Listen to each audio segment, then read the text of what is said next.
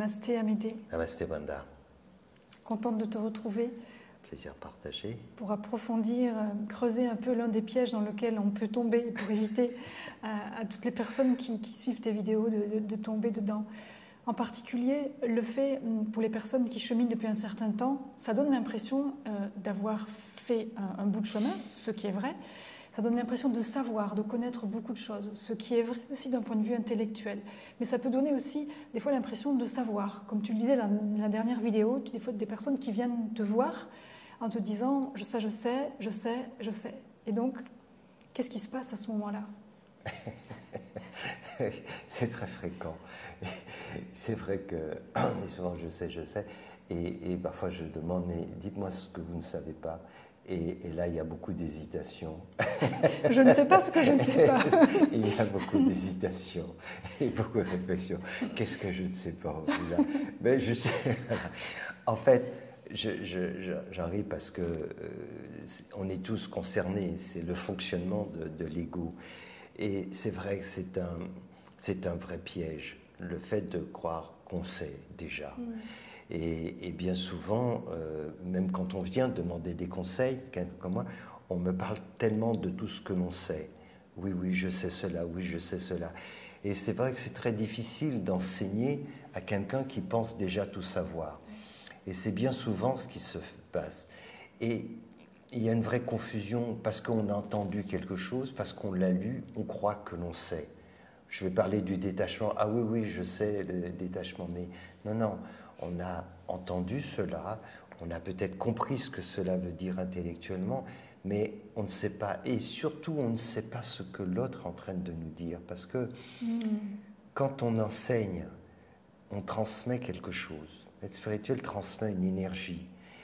Il aide l'autre à comprendre justement ce qu'il ne sait pas.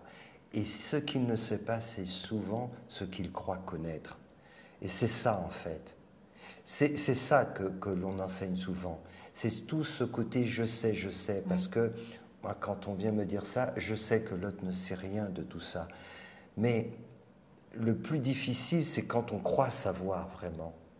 Alors si on arrive avec plus d'humilité et donc de réceptivité, on peut réaliser en fait qu'au fond, eh ben non, on n'en sait rien, on croyait savoir. Et on peut là recevoir vraiment quelque chose. Ça me fait penser à cette petite histoire d'un chercheur qui vient voir un maître zen, et le maître zen lui sert le thé, et il verse le thé dans la tasse, il verse, la tasse déborde, et le chercheur lui dit « mais arrêtez, arrêtez, vous voyez bien que ça déborde ». Et il lui dit, le maître, « votre tasse est pleine, comment voulez-vous que je la remplisse ?» Bien sûr. Et sur ce que tu dis là, ça m'est arrivé tellement de fois sur ce chemin de découvrir quelque chose qui a l'air tellement évident et tellement simple et que je n'avais absolument pas vu et pas compris, même sur des choses très très simples. Et tout d'un coup, d'avoir un changement de perspective parce que quelque chose s'est produit, une expérience suite à un enseignement, une situation, et là, de découvrir en fait que je croyais savoir et que je ne savais pas et qu'il y a quelque chose de nouveau. Et en plus, c'est une impression tellement surprenante que ça fait même penser que donc ça veut dire qu'il y a plein de choses que j'ai l'impression de savoir, de connaître, mais je pourrais les appréhender, en découvrir d'autres facettes certainement, et comprendre encore beaucoup plus de choses que ce que j'ai l'impression de savoir.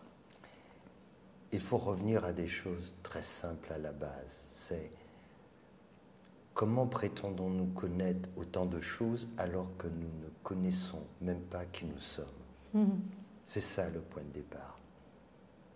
Et c'est pour ça qu'il faut vraiment faire preuve d'humilité. La première chose, c'est qu'on ne sait même pas qui on est. On ne sait rien de nous. Et à partir de là, on prétend connaître des tas de choses. On ne connaît rien en réalité. Si peu de choses. Et c'est pour ça qu'en fait, ceux qui en savent le plus disent toujours qu'ils ne savent rien. Et ceux qui en savent le moins prétendent déjà tout connaître, tout savoir. C'est ça, en fait. Il faut vraiment bien le comprendre. Et c'est pour ça que c'est difficile d'enseigner, parce que justement, il y a cette confusion de « j'ai déjà entendu ça », j'ai mon interprétation, j'ai ceci. Et quand on entend quelqu'un nous dire des choses, alors on dit déjà « je sais ». alors qu'en réalité, on n'en sait rien du tout. Parce que c'est juste un savoir livresque, mais on n'en a aucune expérience. Et si on a la chance de rencontrer quelqu'un qui a l'expérience de ce qu'il dit, il peut nous transmettre quelque chose.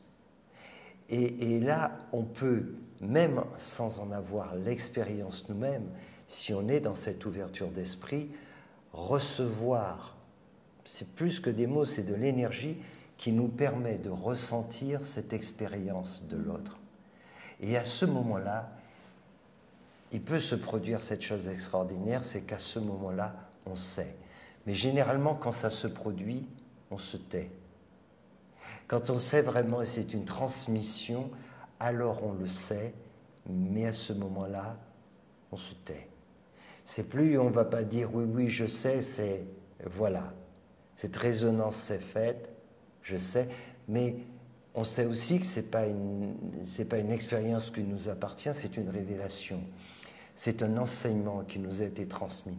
C'est pour cela qu'il a toujours existé cet enseignement de maître à disciple, c'est-à-dire cette parole vivante, par quel que soit ce que l'on peut lire, ce qui est déjà très bien, et qui permet à certaines personnes d'entrer quand même aussi d'une certaine façon en résonance.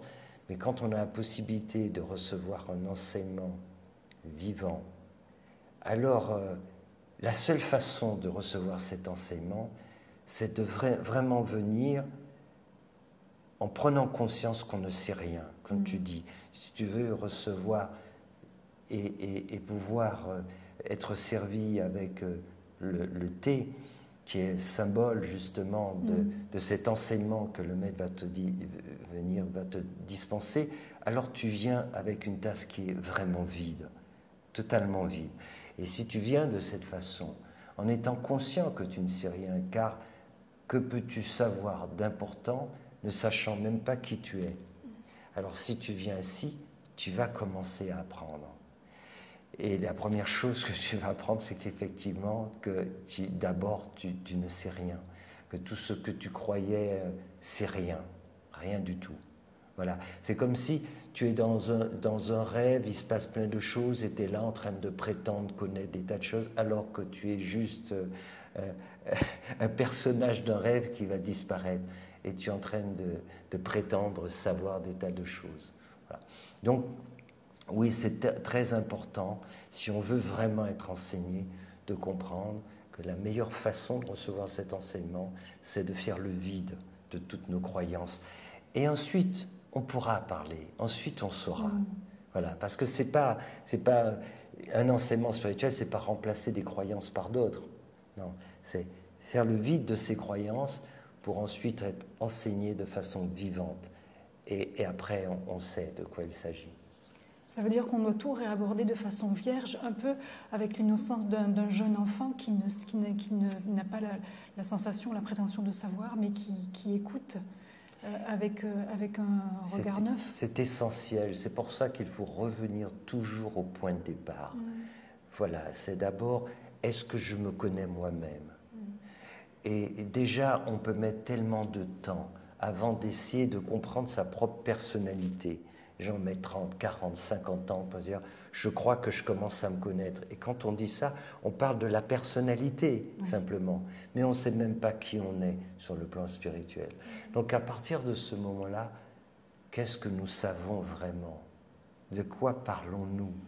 Et c'est ça. Alors si on a cette humilité d'aborder la vie de cette façon, la vie, pas que le spirituel, mais la vie, la terre, en venant de façon très humble, en disant « je sais que je ne sais vraiment rien ». À ce moment-là, on peut commencer à être enseigné. Et plus on est enseigné, et plus on comprend qu'on ne sait rien du tout. Voilà. Et que finalement, on va commencer à s'effacer. Et plus on est dans cet effacement, et plus on s'approche du but. Voilà. Donc c'est vraiment très important de bien considérer que pour être enseigné, il faut faire abstraction de tout ce que l'on croit connaître, il faut faire le vide de tout cela. Et à partir de ce moment-là, on peut vraiment être enseigné, et après on le saura soi-même. on le saura. Car le vrai enseignement, ce n'est pas de l'endoctrinement. Ce n'est pas remplacer des croyances par des croyances. C'est autre chose. Oui. C'est vraiment nous permettre d'accéder à ces vérités universelles. Et nous-mêmes, on aura l'expérience de tout cela, de cet enseignement.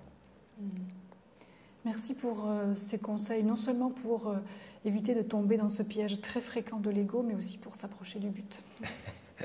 Namaste, Radha. Namaste.